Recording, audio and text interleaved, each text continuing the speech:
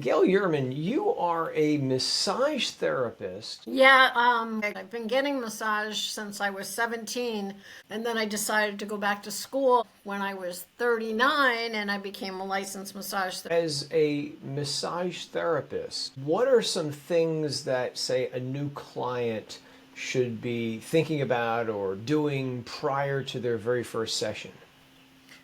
So I think we're all guilty of not drinking enough water. You can add a little lemon to it or whatever, but water is the most important thing that I would tell anybody to always, before massage, after massage.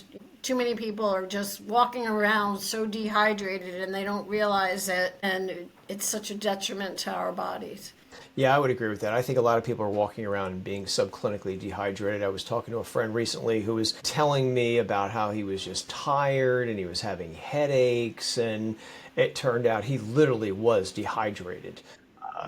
When somebody goes to a massage therapist and they have maybe a medical condition, are there any specific precautions people should be taking or things that the massage therapist should be asking or doing if somebody has a health problem, whether it be breast cancer, or lymphedema, or scoliosis?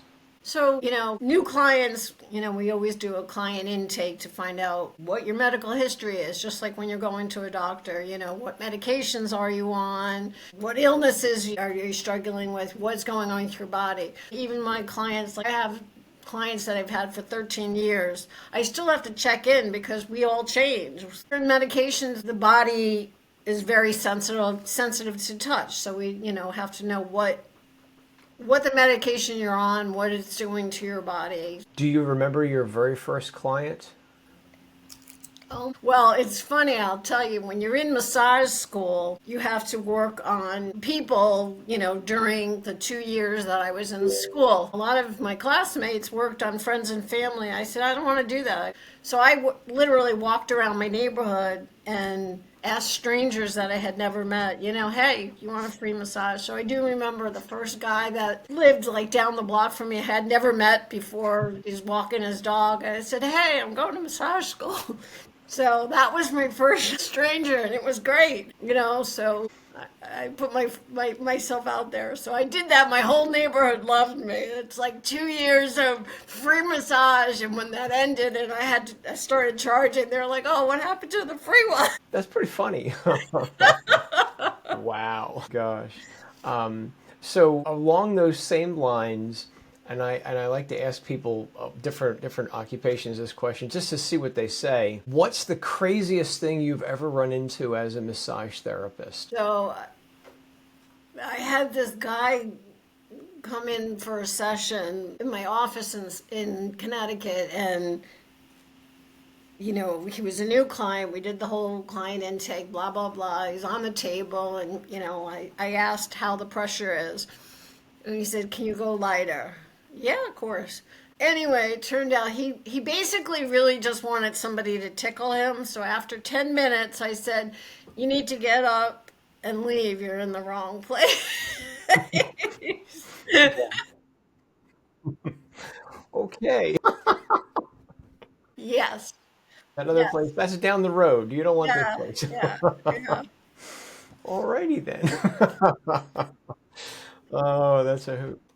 As a massage therapist, though, a lot of things change. How do you stay up to date with latest techniques and developments and things like that? Is there any tricks of the trade you use? Well, as a licensed massage therapist, we have to do continuing ed. So there's always something new to learn. Not every state in the country requires a license, but the majority of them do.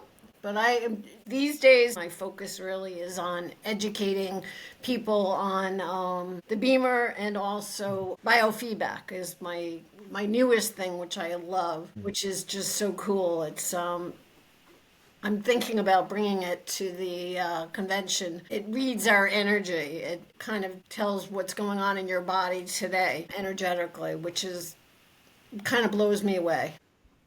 Tell me more about this pulsed electromagnetic field therapy. This is intriguing. What? Yeah, so PEMF, pulse electromagnetic frequency, has been around probably for 100 years or so.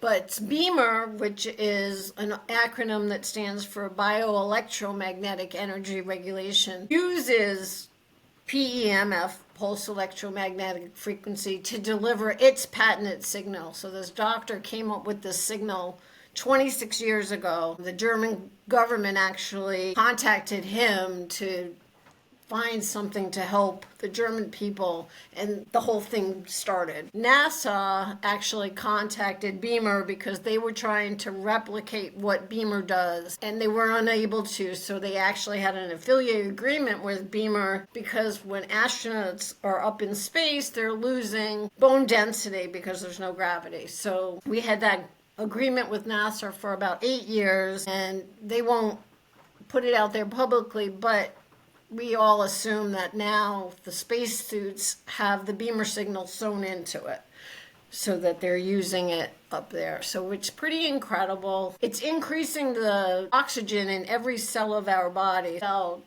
4 years ago, I was at a client's house about an hour from where I live, giving he and his wife in-home massages. After the massages, he was walking me out of the house, and I was coming down a flight of steps, and I fell down a flight of steps, landed on my left knee and on my hip, and couldn't get up. He had to help me up.